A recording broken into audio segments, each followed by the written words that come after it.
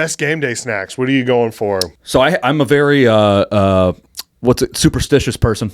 Okay. So I have to have, whenever birds are playing, I make the same thing all season. In 2022, it was chili. Last year, in 2022 it was chili. 2023 it was bagels. Last year was pretzels. I'm still going pretzels because they won a Super Bowl. So every single weekend I make pretzels. I'm going pretzels because they're my winner. Like soft pretzels or like the hard crunchy Soft pretzels. Okay. Yep. I go pretzels. So I'm purely, this is a bad take, but a soft pretzel. No, I agree with that. Because I sometimes when people are like, "Oh, we got some snacks for game day," and there's like wings and potato skins and stuff like that, you're like, "This is a meal. This is no longer a snack. This is just a full blown smorgasbord of appetizers." Which then becomes a meal. Yeah. I like the, maybe a little bit of crackers, maybe just like a little bit of cheese. A shark board. Yeah. An exotic shark board plays hard. A shark board with like some capiculo. That's a meat. I think wrapped around like a pepper jack. Oh yeah, that goes hard. And you don't get that. No, you don't get that. Like we went to, like, it was one of my buddies races bikes, and we went to one of the races down off of Lafayette Square. For a second, I thought you said racist Ike's, and I was like, I don't think I've been to that bar. No. I don't think. Yeah, no, he's really racist. Is it in Boston? In bike racing, turns out affluent people, and one of the sponsors was a cheese stick company that like makes those things, and they just had a guy handing out these things, like, but it was like a $2 piece of cheese that you just gave me here, and he gave me like 10 of them. It's like this is awesome. So that's why that one comes to mind. But yes, fancy stuff like that plays.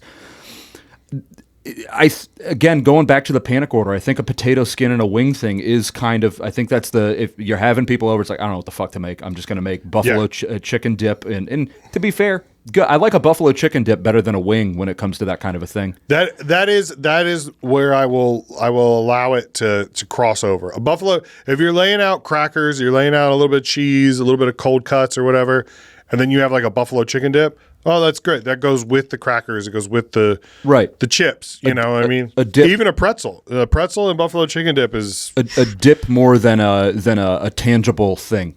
Yes, because then I can parse out. I can parse it out. That's what's important. I need to be able to eat at my own pace when I'm watching ball. Yeah, and when you have a wing, it's like I'm not going to eat half of a wing. It's like I got to eat this entire wing. Yeah, and now I've got bones that I have to hold my little plate and like sit on someone else's couch and be like, right. Oh, man, I really hope I don't spill it. I'm on a chase right now. Like, I'm lounged out. Like I have to stand up without fucking up. Well, exactly, because if you're going to cheer, I mean, if your team scores and now you've got a plate and it's full of bones and ranch and all kinds of stuff, it's just a recipe for disaster. That's why I think go with things like, cheese cube, a cracker, or whatever. Now, does this change for you for a Super Bowl?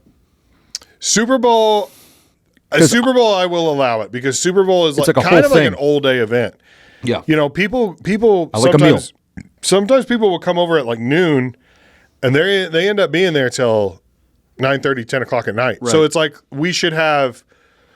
You might even start off with like crackers and cheese, and then a couple hours later, right around halftime is when the wings and potato skins, fried pickles, stuff like that comes out. And then it's like, all right. There was I can't remember which Super Bowl it was, but somebody just like brought like 3 pizzas. I was like, actually, this kind of fucking rocks. Yeah, like, that is fantastic. That's it. Like you don't normally get a pizza for like a game. Like I mean, you can. They advertise it a lot, but like for a Super Bowl thing, it's like, yo, that's pizza right there. Like I want like that, like a not shitty emos like the St. Louis style thin shit, but like slight like big slice. It's like hell, okay.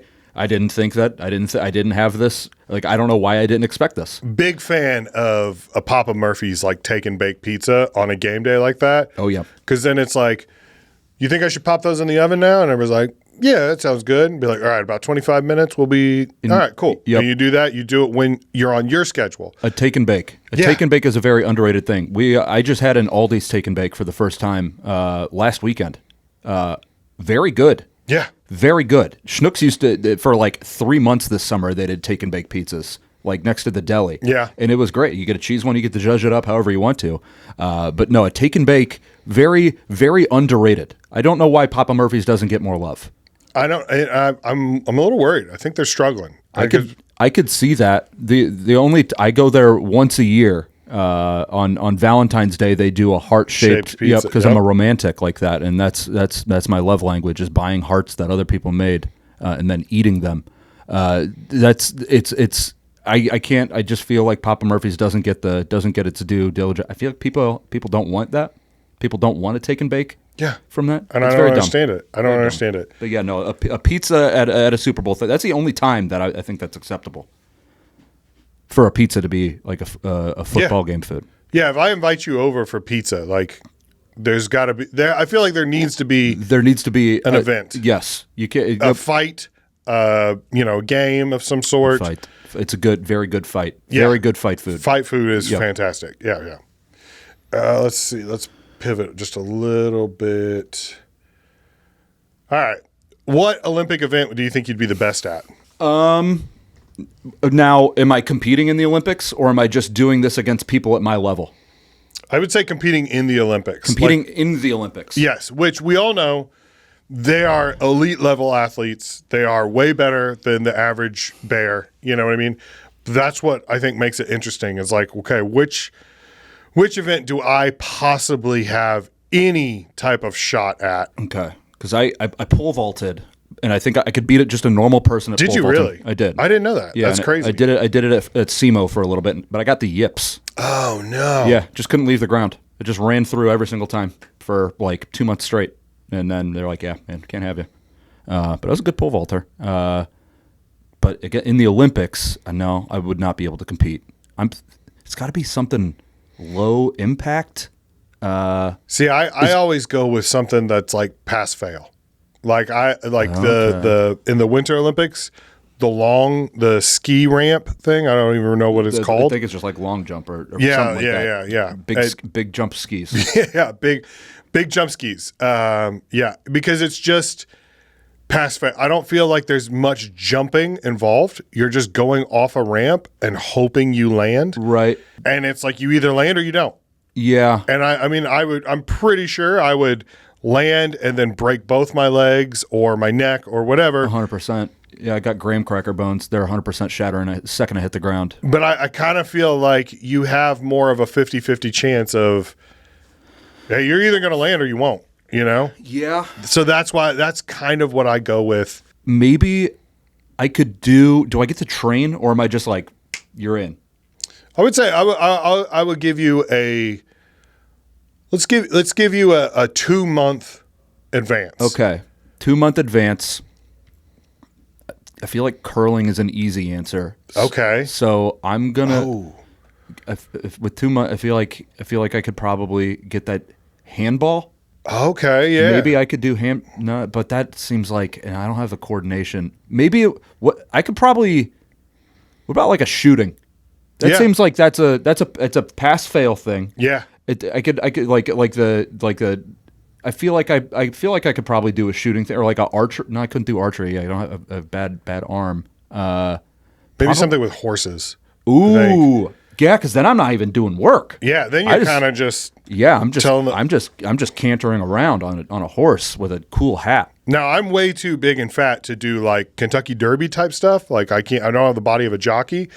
But hey, come on. Yeah, I mean, you don't sell yourself short. Everything I learned about jockeying, I saw from the movie Seabiscuit, where Tobey Maguire is like throwing up to try to get like 1 pound under. You know, he's like, I need to be 94 pounds or something. What was the movie where like there was a kid was actually too small to be a jockey? And I think he was like riding a Mustang or something. Like they had to put weights on him.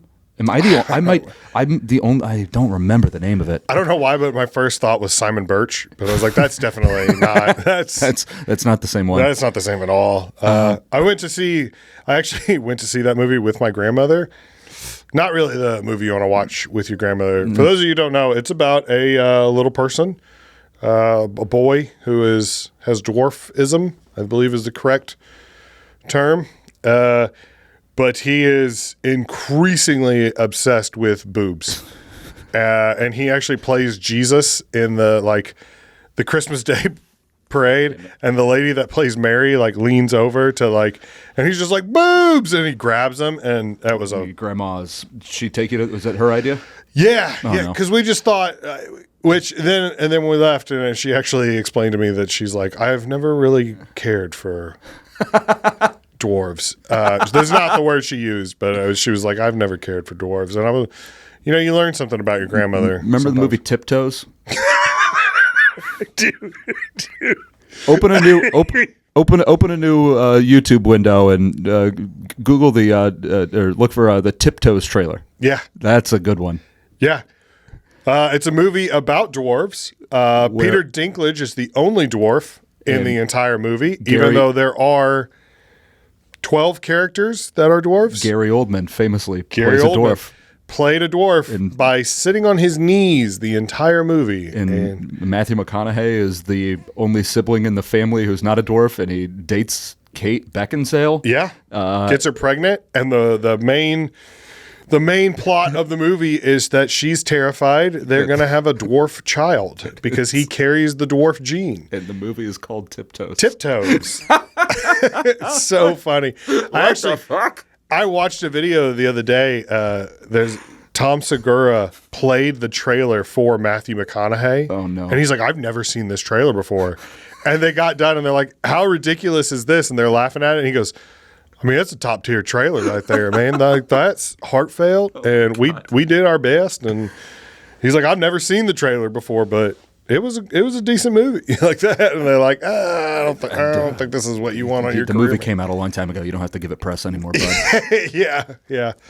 But as far as Olympic thing goes, I would, if I have time to train, I would say curling. If no training, I would do the shooting thing. Yeah. But not the one where they do like ski and then shoot. I ain't moving. That would be so hard. Because I've done a fair bit of shooting, and I can tell you, your heart rate is a big part of it. And they measure. I think they like have that on the screen. Yeah, like they do that. They measure like millimeters of like where your bullet is and stuff. And I can just imagine skiing, because they have to go like uphill in skis. Yeah, like cross country skiing, and it's like I can only imagine you're like like that trying to shoot, and your rifle's just going up, and I should probably not do that into the camera. That's yeah. But my heart goes out. That's what I'm saying. You can cover it up. I think in NBC did a really good job covering the Winter Olympics or Summer Olympics last year. And like I think they might do like a heart rate monitor for the people when that is actually like they're actually airing that. That should. I think that's one of the things that they do. But no, that one's kind of dope. But yeah, it would be a shooting thing. I would be so impressed by that, because especially if they, they've hiked or they've skied uphill a quarter mile, and then they're going to shoot, and their heart rate's at 72. You just got to be doing Wim Hof breathing the entire time. Yeah, and people at home are like, I can't believe they missed. It's like you're sitting on the couch and your heart rate's 95. There's no way you could do this. Yeah, that's one of the more impressive ones. That and water polo are the two. Those are the two most impressive ones to me. Yeah. Water polo is extreme. Yeah. I'm not, I can't imagine. That's so crazy to me. They make it just deep enough to where you can't touch. It's brutal. And it's just constant swimming back and forth. I got really big into water polo in the 2020 Olympics, because it was in Japan or something, or wherever the hell it was, but it was on at the same time, because I was working overnight at the time, and it like I got to watch water polo live while I was like just fucking off at work. And I got big in it. It's like, this is the most impressive goddamn thing I've ever seen in my entire life. It's like athlete. It is unbelievable. Yeah. Water polo is sick. It's so crazy that the things that require, like, some of the things that require the most athleticism aren't really all that popular. And it kind of feels like it should be reversed. You know what I mean? Like the decathlon. Yeah. You have to be the best at almost every event. At 10 things. And I can't. Famously. Have you ever watched a decathlon? It's unbelievable. It's like they get a guy who's doing hurdles to also do shot put. Yeah. It's like, how the fuck? Shot put is fat guys. Shot put is Brock Lesnar's daughter, not this guy who just ran a 10-6, 110 meter hurdle. Man, that is unbelievable. Speaking of Brock Lesnar's daughter, no DNA test needed there. She is not even a little bit. Whenever the pictures of her came out from she at Minnesota as well. People are like the Twitter joke was somebody's got to bite the bullet for the jeans. Yeah, yeah.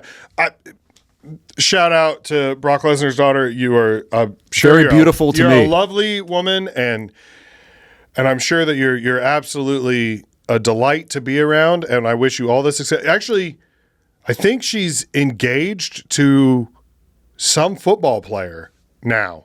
I think I saw that just recently. Good. That's good. That she's engaged to a football player. Which is awesome, because then we need to if we're ever gonna allow cloning, that baby, that's super the one we clone. Yeah, that's the one. Yeah, Brock Lesnar daughter. She has a Brock Lesnar daughter name too. Maya, Mya. It's somebody Brockette. He's just. Let's see. She's She-Brock. It's just like the She-Hulk. Like they're like, well, we can't really give her a name. 49ers guard Drew Moss. Yeah. Take that child and clone it. I believe. Oh no, there's a 49ers offensive lineman who is from St. Charles. I was wondering if it's the same guy. I don't think so. Oh, nice. Yep. I didn't know that. Yep. It's always kind of cool when you're like, hey, so-and-so. I didn't. He went to my same high school, France South Central, which there are like two people on the notable alumni. It's Pierre Desir, who played cornerback in the league for a long time, and then this guy, and that's pretty much it. St. Charles, professional athlete factory. Well, you went to you went to SEMO. Mm-hmm. I'm from Cape, so everybody. As soon as you bring up SEMO, they're like, well, Cedric the Entertainer went to SEMO. He worked at Schnucks and blah, blah, blah, blah. My sister's first boyfriend, his dad was in charge of the deli department at Schnucks. And he would be like, I remember when Cedric used to work here. And, man, he was funny. And we always told him, like, you should do comedy, man. You should. And I'm like, yes, I'm sure that you're the reason he's I'm the one who called him the Entertainer. That was his nickname. I thought you were going to go a different way with that and be like, yeah, her dad was actually Rush Limbaugh. Yeah. I didn't care for Cedric at all for some reason. I don't know. This is the only two things people realize or know about Cape Girardeau. Is like if they know about SEMO, they know about Rush Limbaugh. And I'll get after a show or whatever, people will be like, "Where are you from?" I'm like, "Cape." And that's the only two things they're like, "Oh, like SEMO?" And I'm like, "Yeah." And you can tell. Or they go, "Oh, like Rush Limbaugh," and you're like, "Yeah." You can tell a lot about the person which notable alumni is there. Yeah, their go-to. Which is their go-to. Yeah, I've Rush Hour, rest in peace. It's like, wow. Okay, yeah, okay. All right. I met his brother and his nieces before, and they were all very lovely people. I mean, we didn't talk politics at all, but they were about the same age as me, so we would play together when we were kids or whatever. But they all went to the same church we did, so you're like, oh, okay, and that's just you didn't think much of it. And then they're like, well, that's their uncle. And you're like, oh. Okay. But, yeah, I worked at St. Charles one weekend for a guy who's on Gutfeld. Lots of Gulf of America shirts and stuff like that coming through. And they would all be like, oh, like Rush Limbaugh. And you're like, yeah, I kind of figured this. That's where we were going to go with that. Yeah, I worked, I sold tutoring for a couple of years. And I didn't realize it until after, like maybe a week or so afterwards, but I sold tutoring to Kellyanne Conway's daughter. Could not be a different person. I think they're like estranged at this point or something like that. But like this gal, sharp as a tack, she was in like third grade using words I never heard of. It's like this person, tutor me. That was, the differences, but I'm guessing were Rush's niece and nephew different people than Rush, hopefully. Yeah, I mean, the last time I spoke to any of them, I was 8. Okay, or whatever. So you got to go judge a character. Like, hey, what's your border policy? He said that he likes velociraptors. So it's cool in my book. Yeah, it seemed like pretty dope guy. They both like Sonic, so I don't know. I think we can hang out. Chili dog later. Yeah. Talk about it. All right. Well, we'll do like one more. Get you out of here. I'm sorry I kept you so long. That's fine. I got nothing. All right. What's the best way to tell if somebody's a bad person? Somebody's a bad person. Is there something you can see out in public where you're just like, yeah, no, not this person. Okay, so we've got not using a coaster on the screen, leaving a shopping cart. It's actually drinking while pregnant, but you know what? Not using a coaster. That's a good one. I did not notice that she's pregnant. See, you know what's I don't funny notice. is I'm a good person. I've had several female comedians come in here and do this before, and I've showed this picture, and they're like, actually, you're allowed to have a little bit of, and I'm like, that's not what we're talking about here. We're not talking about a sip of wine once a week while you're, pregnant. We're talking about people hammering guzzling, slapping the bag of Franzia while they're in the third trimester. Not returning your shopping cart and littering. Those are. Do you follow the shopping cart police guy? I've only heard about him through this question because a lot of people have brought him up. It's pretty Seems good. like my new hero. It's pretty good. It's a pretty good one. And then littering, especially recyclables in that picture. Yeah, that's why I picked that picture in particular because there's one thing about like flicking a cigarette butt or something because you're like, all right, the filter's like cotton and it's wrapped in paper. It will break down eventually. It is. Yeah. Is it not the best thing to do? Yeah. Okay. But like a whole 2 liter out the window, that's wild. Styrofoam. Get out of town. Yeah. That's. Should I feel bad when I throw a banana peel out the window or like an apple core? No. Okay. No, I wouldn't feel bad about that at all. Okay. Okay. I mean, I guess it depends on where it is. I'm not trying to O'Doyle anybody. Like I try to make sure that I get it off to the side of like the sidewalk or the road or something like that. There are. I mean, I'm trying to make it to grass. Okay. Well, if you're trying to make it to grass, you're already going above and beyond. Yeah. You know what I mean? Yeah. If you're. That's a good point. Yeah, because there's plenty of people that'll just fuck it. Yeah, throwing a cigarette out on the median of a highway. It's like that thing ain't gonna decompose, man. Yeah. But okay.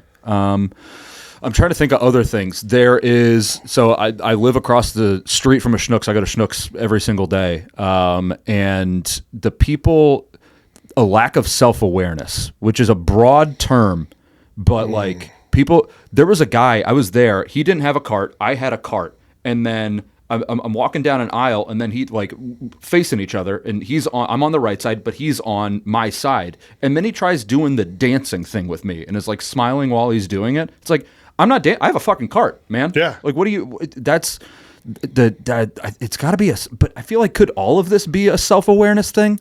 Yeah, I think that's a big part of it. Is just being completely oblivious to the world around you. It's so lack of self-awareness is. I feel like that's not specific enough. Oh man, could it? I'm trying to think of another thing while driving. Playing Pac-Man. On the hash lines on a road. Oh, yeah. That's a bad one. But that's not necessarily... You could just be a dipshit. You don't have to be a bad person to do that. There's a lot of dipshits. One thing that drives me nuts is when you're in a public place and you're all walking and someone just stops randomly, like in the middle of the walkway to like check their phone, and then everybody has to like and like pivot or like part the seas around you. It's like, no. Pull off. Go, lean against the wall or step to the side, but you can't just big airport stop. move. That's a big airport move. I feel like you should be allowed to just keep going and just run them over. One thing I've started doing, and I actually just did this yesterday when I was walking to the Funny Bone, because like if you park up on the top side of it, and then there's like a ramp and then stairs right next to the Westport Social. So I always do the ramp. And there was a group of like 4 people coming up the ramp and taking up the entire thing. Like you guys could get single file. And what I've been doing lately is whenever there's that kind of a thing, like people not respecting like the let people through thing, I just stop. Yeah. But I'm not stopping and like holding people up behind me. I'm stopping and then cause I'm not going to try to weasel my, like if you're being that clueless about what's I've just been stopping. And then they have to move around me. I think that's a dickhead thing. Yeah. But otherwise, no, it's definitely. I don't want to say it's passive aggressive. I think it might just be an aggressive thing that I'm doing, and I'm kind of loving it. I feel like it's back to like the Philly like upper third deck, the street justice kind of thing. If someone's being a dick it's like a coupon. You get to be a dick of equal or lesser value to them to show like, hey, guess what? You're not the only person in this world. You're making the choice if you don't move to shoulder check me. I'm not shoulder checking you. Yeah, you ran into me. Yeah, I stopped moving. Yeah. So there's that. What else do we? Anything else in talk? Speakerphone. Public speakerphone's a bad one. We all have AirPods at this point and headphones. Not listening to music and making other people. That's a bad guy move. Defending Jerry Jones. Yeah, I mean, I cast judgment. Like, I know I shouldn't, but I cast judgment on people based on their fandom, which that probably makes me a bad person. But in my world, the best way to tell if somebody is a bad person is a Jerry Jones stan is a good one for me. Man, what other? I'd like to. You know what? It probably isn't the best way to judge people, honestly, but I will judge someone based on their fandom. I can't help it, but I do. If you're a Rams fan turned Chiefs fan, well, I was just gonna say if you're a Ravens fan, I kind of have a vibe of you seem okay with. I don't know. I respect an outwards Browns fan. I respect that. That's like, this guy gets it. This guy is if you're like James Boucher, he's a huge Browns fan. Yep. And it's like, why? Yep. You know you can switch, and they're just like, well, gritting it out. Browns fans are kind of like the medieval peasants of modern times. Ooh, I like that take. You know what I mean? I like that Where take. they're like, we've just accepted this is our lot in life. Yep. I ain't moving. Yeah. Yep. I was born into this. This is who I am. Yeah. Maybe things will get better come next year, you know? Yeah. Yeah. That's, being able to, it's like, this guy's got grit. I like visible grit. Yeah. What about people who don't have visible grit? Is that a good one? Like, I feel like if you don't have grit, people with grit can tend to be more of a good person than a bad person. So now where I'm going with this is the best way to tell if somebody's a bad person, somebody who's gritless. And I'm thinking, what's a good way to tell if somebody doesn't have grit? Could that be some, like, to just because it's the parking lot thing, it's taking up the multiple spots thing, but that's just dickheadery. Bad. I see it a lot when there's somebody they're like, well, like comedians. All comedians talk shit. Yeah. You get two comedians in a room long enough together, and they'll be like, "This guy, man, I don't," and they just start talking. Stinks. Yeah. But then that person comes up, and they're like, "Hey, what's up, buddy? How you doing? How you been?" The two-facedness. It's like, I want you to be a little bit cold to that person. Yeah. If you've been openly bashing them, when they come up, you don't have to be straight up like, "I hate you." Just be like, you can just give them a head nod and move on. Yeah, you know what I mean? I do the fuck you, Henry Adams. Fuck you, Henry Adams. I do outwardly have disdain for him. Man, what could it be? Man, best way to tell if somebody's a bad person. There's so many ways. Like, the more you think about it, the more you're like, there's so many irksome things that make me not want to get to know anybody. But what's the best? Yeah. I mean, is it just as, you know what? I know what it is. And it's this goes against the grit thing. Unleashed bad dog. Unleashed bad dog. When I lived in Afton, there was the house across the street from from the apartment, and I was walking. We just had the one dog, Pete, at the time, and these people across the street had these two little fucking jowl having real bad. They weren't pit bulls, but they were some kind of bull mix, real short ones. Came and ran at us, and this has been a problem. They've like bitten people in the apartment complex before. And this lady had the dog off a leash, comes running up, tries to bite Pete. I move Pete out of the way. Dog latches on my thumb and just bites the shit out of it, bleeding everywhere. I punted the dog across the street. That felt real good. But that lady, I got to dog cuss her at 6 o'clock in the morning one day. And I made a scene. A lot of people heard it. And like people like came out and opened their windows to see what the hell was happening. Just me dog cussing a woman. She was a bad person. That's it. Yeah. Having a bad dog. And then it gets elevated when the dog is off a leash. Yeah. It's a very specific thing, and it's not a thing that happens in public as often as this kinds of stuff. But I'm going to give it to that. Yeah, I'll go with that. There have been times before where I've said, if you have a pet that is clearly not taken care of. Right. Like I am very judgmental of people whose dogs have really long nails.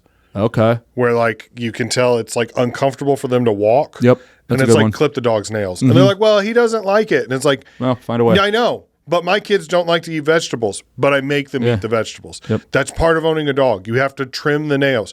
Take it. If you don't want to do it, take it to somewhere and have them pay somebody to do it.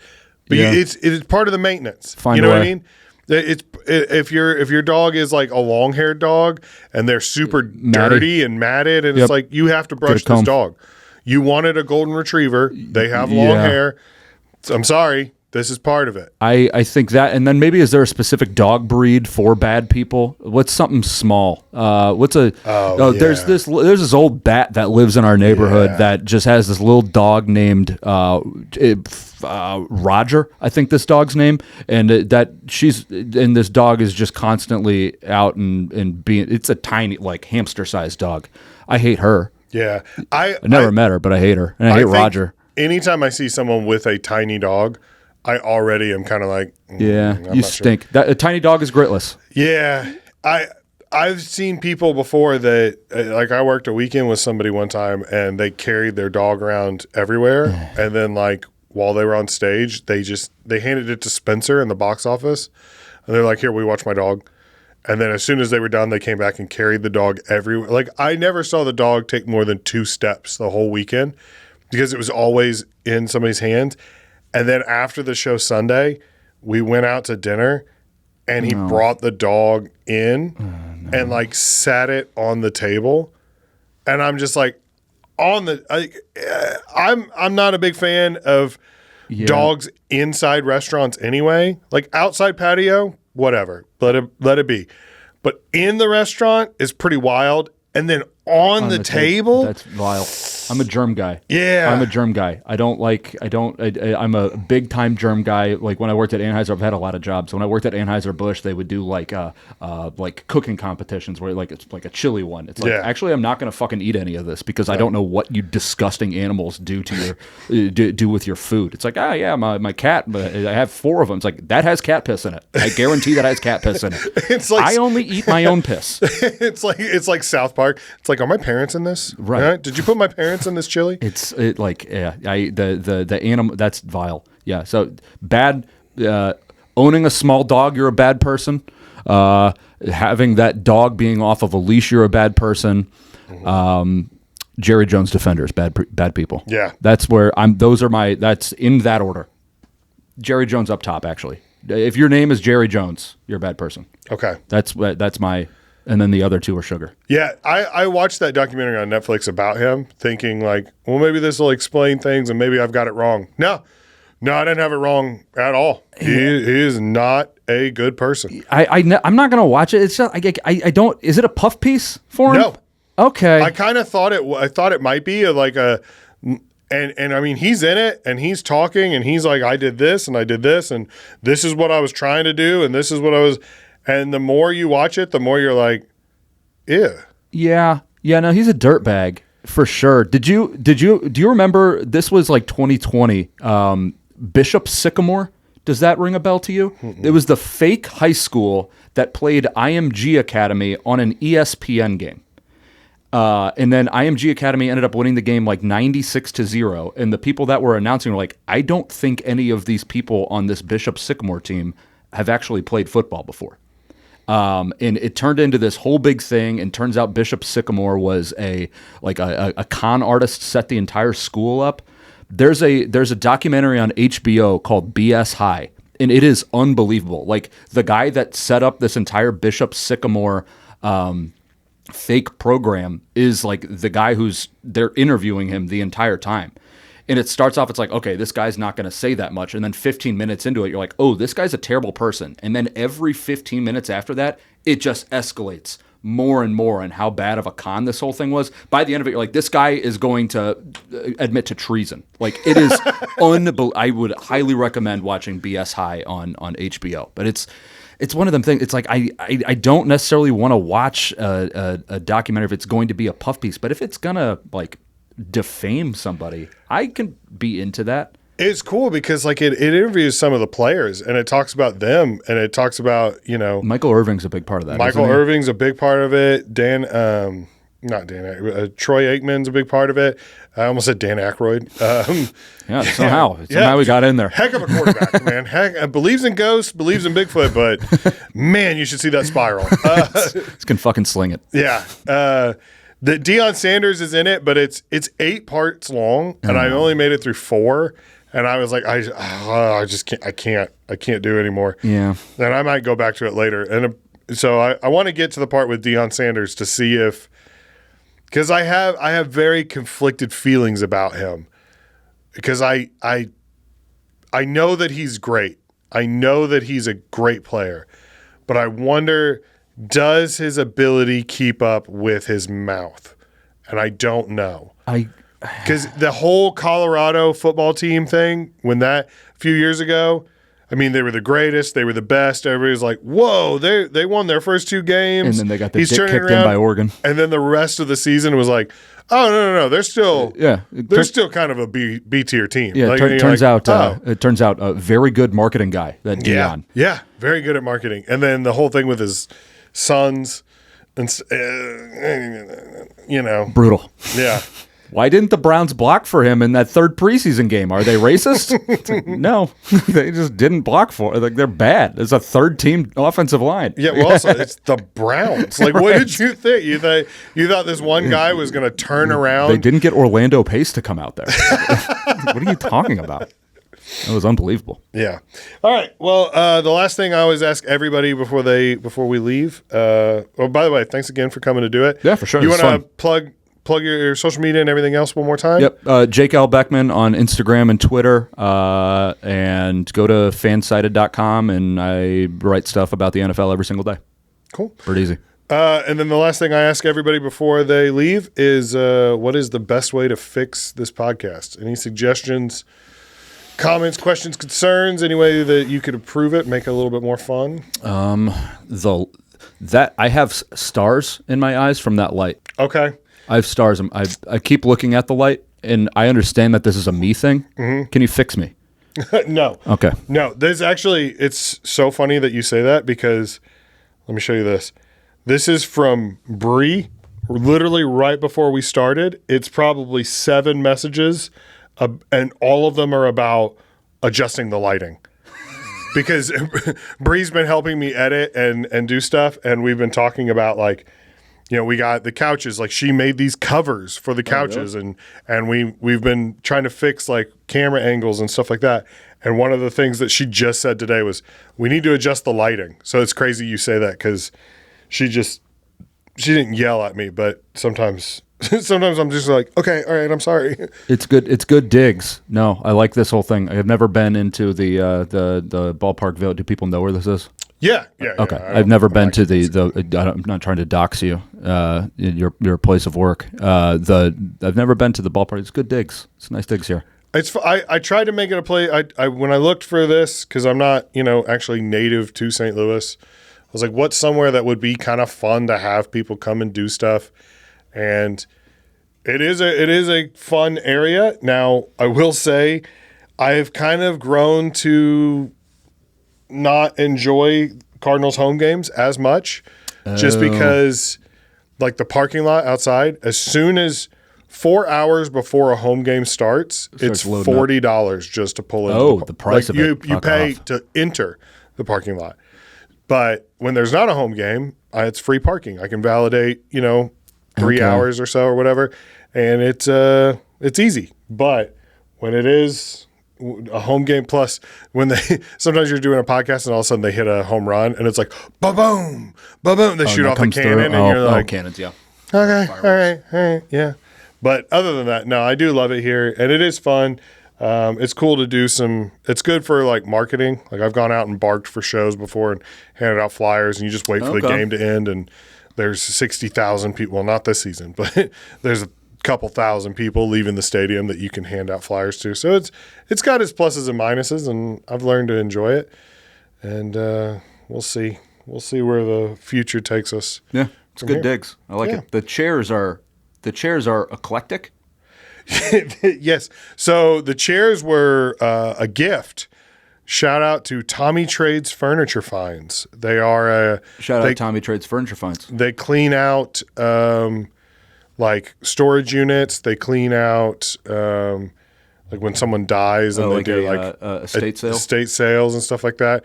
And the guy that runs it is a fan of the podcast and was like, "Hey, I've got some furniture. You want to come down to the warehouse and pick some stuff up?"